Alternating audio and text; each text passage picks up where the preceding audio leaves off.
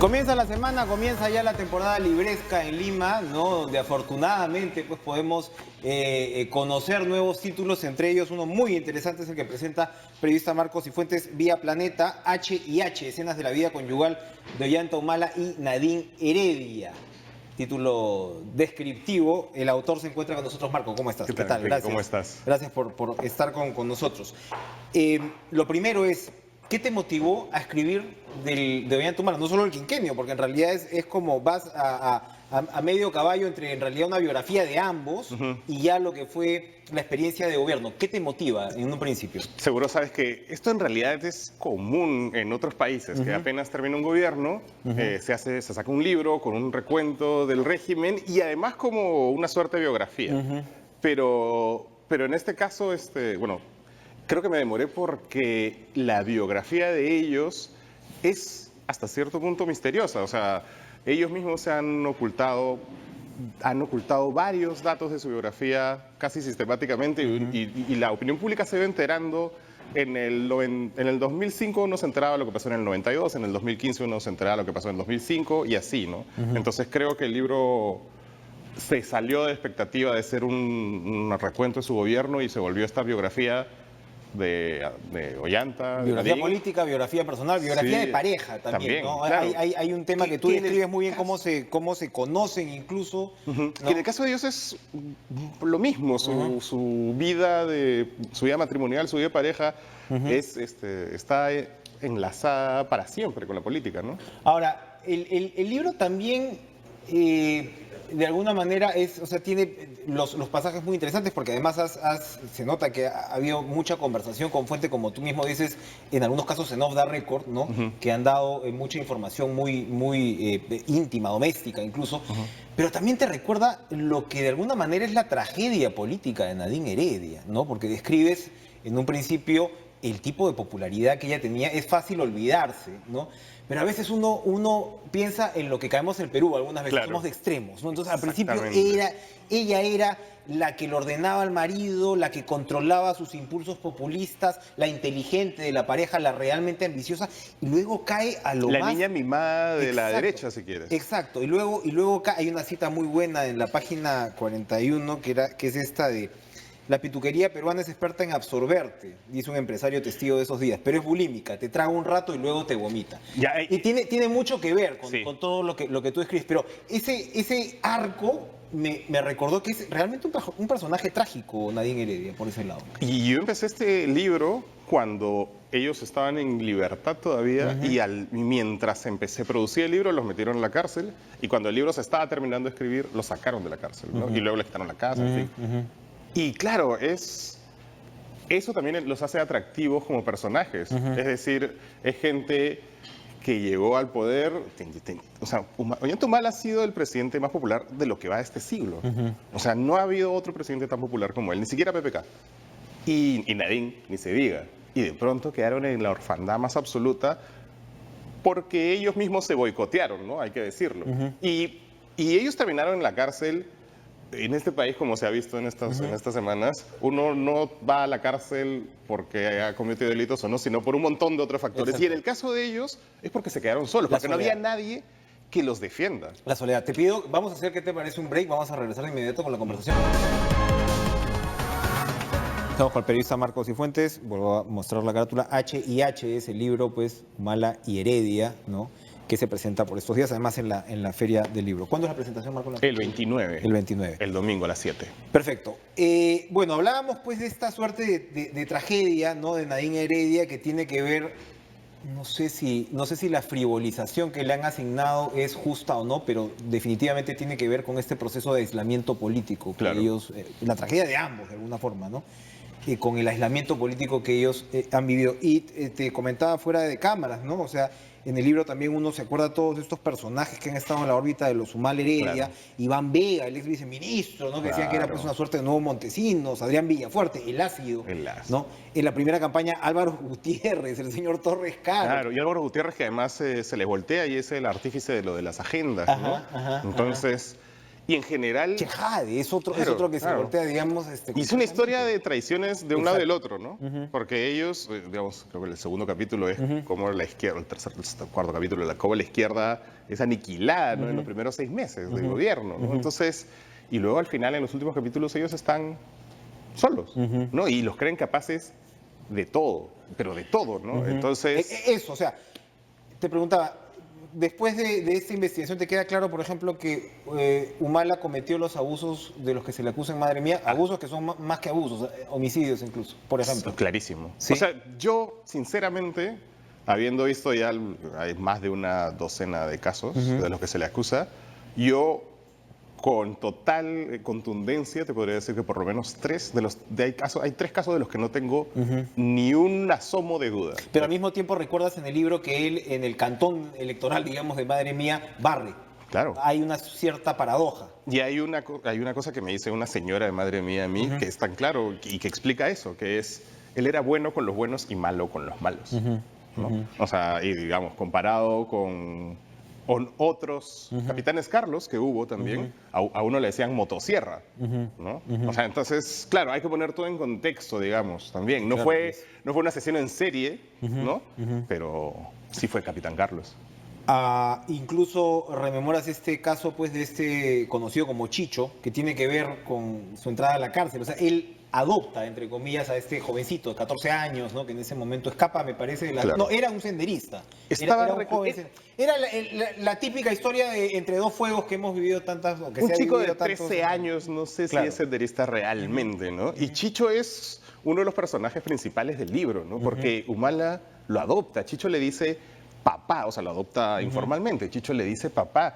Y luego Chicho lo acompaña en Locumba.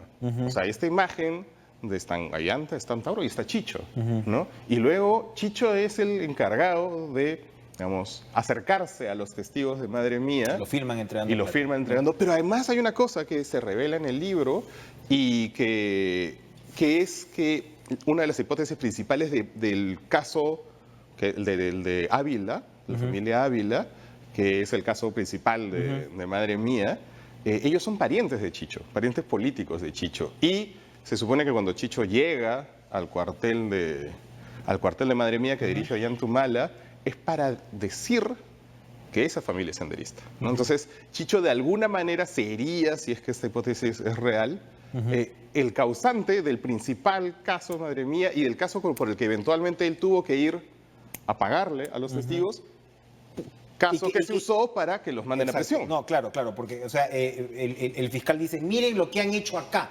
Entonces, hay quienes han dicho, y la defensa de Humala, por supuesto, lo ha dicho, que un caso no tiene por qué ser el referente para meterlo a la cárcel, en no por el lado de los aportes de Odebrecht, digamos, ¿no? Pero si quieres, evidentemente ha influenciado. O sea, este dominó que ocasionó que estas dos personas terminen en la cárcel se inició en Madre Mía en el 92. Así es. Ahora, el otro tema es, por ejemplo, cosas que parecían casi estrafalarias al principio, como lo de este señor Emerson Fasabi,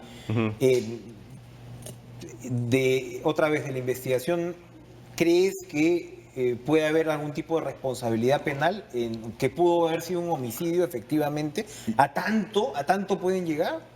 Yo creo que ese es el momento en el que no voy a revelar lo que dice el libro para evitar spoilers, como se dice, porque creo que es una de las cosas que la gente creo que debería leer en el libro. Pero y ya los enterarse. acusan de todo, a eso voy. O sea, claro, los creen capaces. Ya en esa. Los creen, el sobrino, ¿no? También tocas esa historia. Sí, ¿no? hay un capítulo dedicado exclusivamente a la historia de Fasabi, a la historia del sobrino, a la historia de esta especie de asalto que ocurre en un cantón de Suiza, ¿no? A Ibosca Humala, que es la mamá del sobrino asesinado. Hay un capítulo y creo que esa revelación sí me la voy a guardar para los lectores. Ahora, pero lo que está claro es que lo que se ve es que esta es una historia de construcción político, conyugal, familiar, ¿no? De alguna manera, pero que en realidad no había mucho fondo, no había el fondo ideológico que se pensó en algún momento, o el cuco de Humala no era tal porque sencillamente Bueno, existía el fondo había, de su papá, ¿no? que es muy peculiar, y tú narras pues cómo es esta crianza de los chicos Claro. Humala, ¿no? Y que... Yo no sabía que Juan Carlos Tafur jugaba fulbito con Humala. Exacto, sí.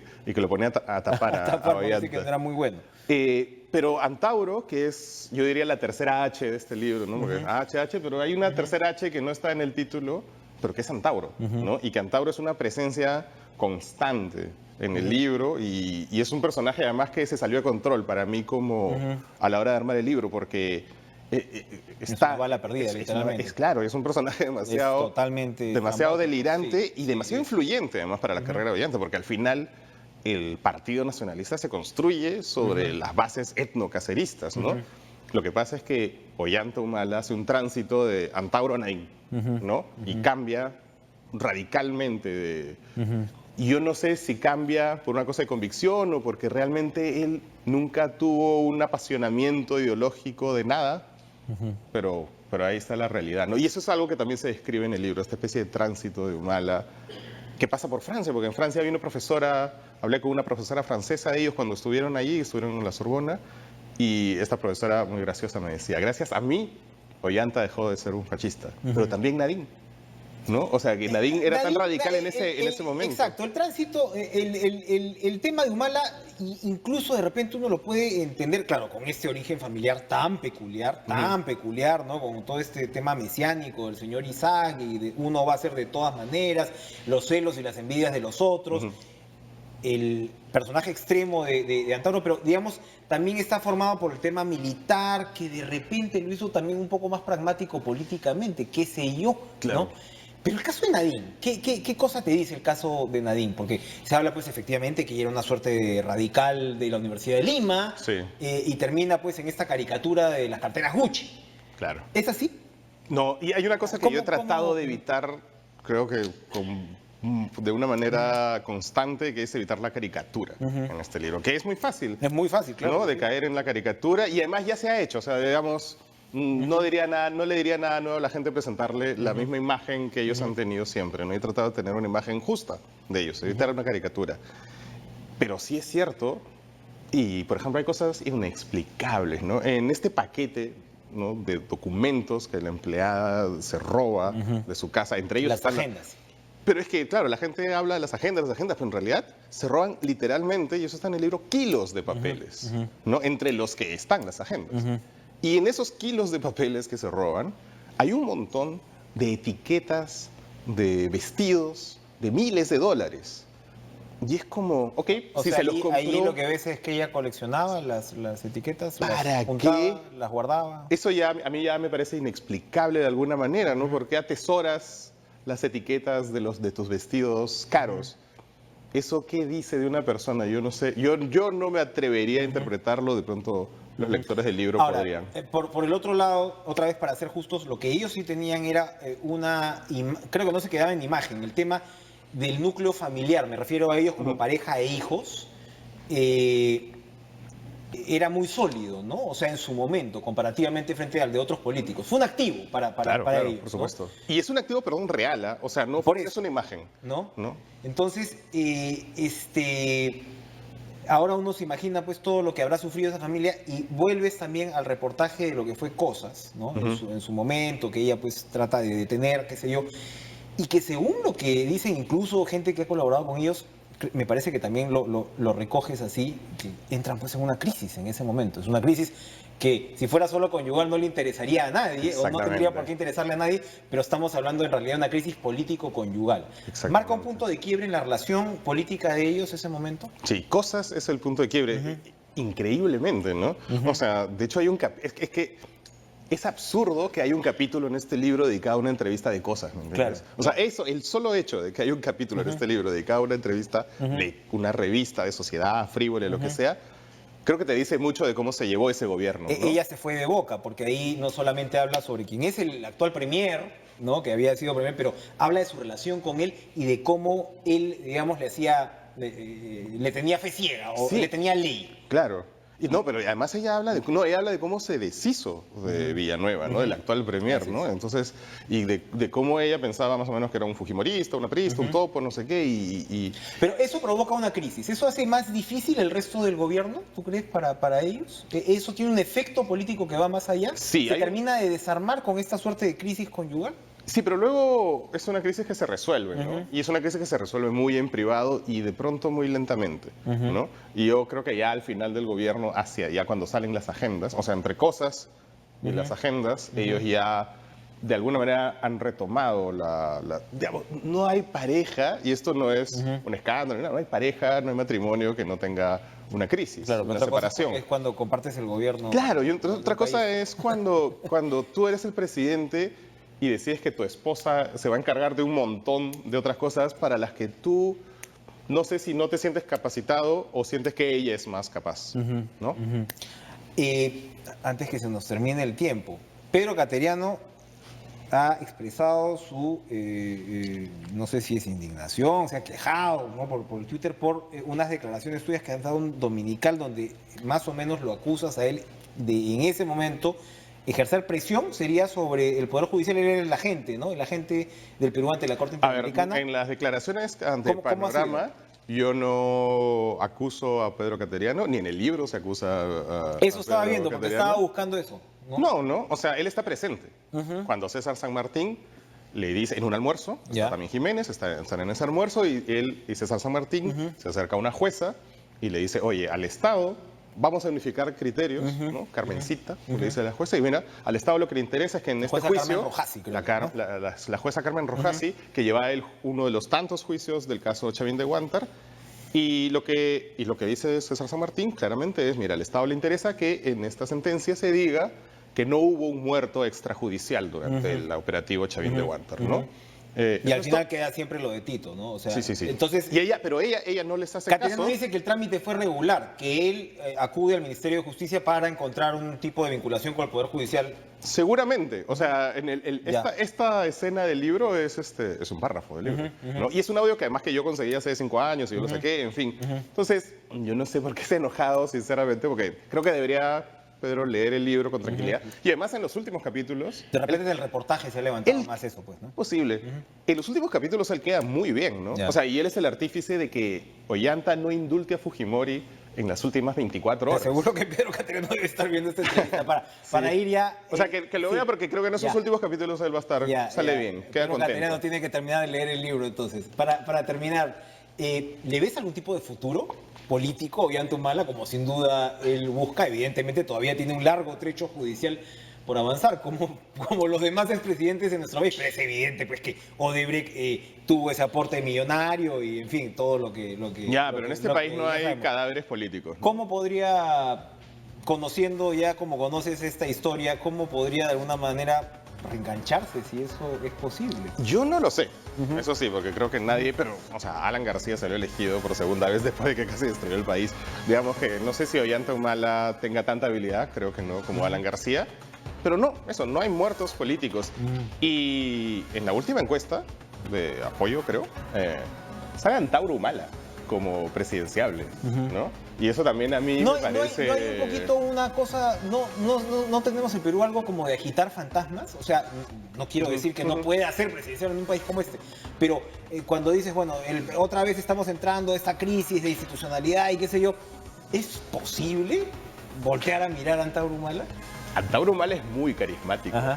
¿No? Y yo tengo que decir que sinceramente cuando hice el primer reportaje sobre él en el año 2002 me estaba riendo, ¿no? No sospeché que fuera a crecer así, ¿no? O sea, yo de alguna manera lo menosprecié, me parecía alguien pintoresco, ¿no? Y mira, y terminó colocando a su hermano en la presidencia. Marcos Cifuentes, el 29 de julio, 29 domingo 29, a las 7 de la noche. Después de Fiestas Patrias, allí estará a las 7 de la noche en la Feria del Libro presentando H&H. Gracias por estar con nosotros. Gracias a ti. Marcos, suerte con el libro. Vamos a una pausa, regresamos con lo último de Cara a Cara.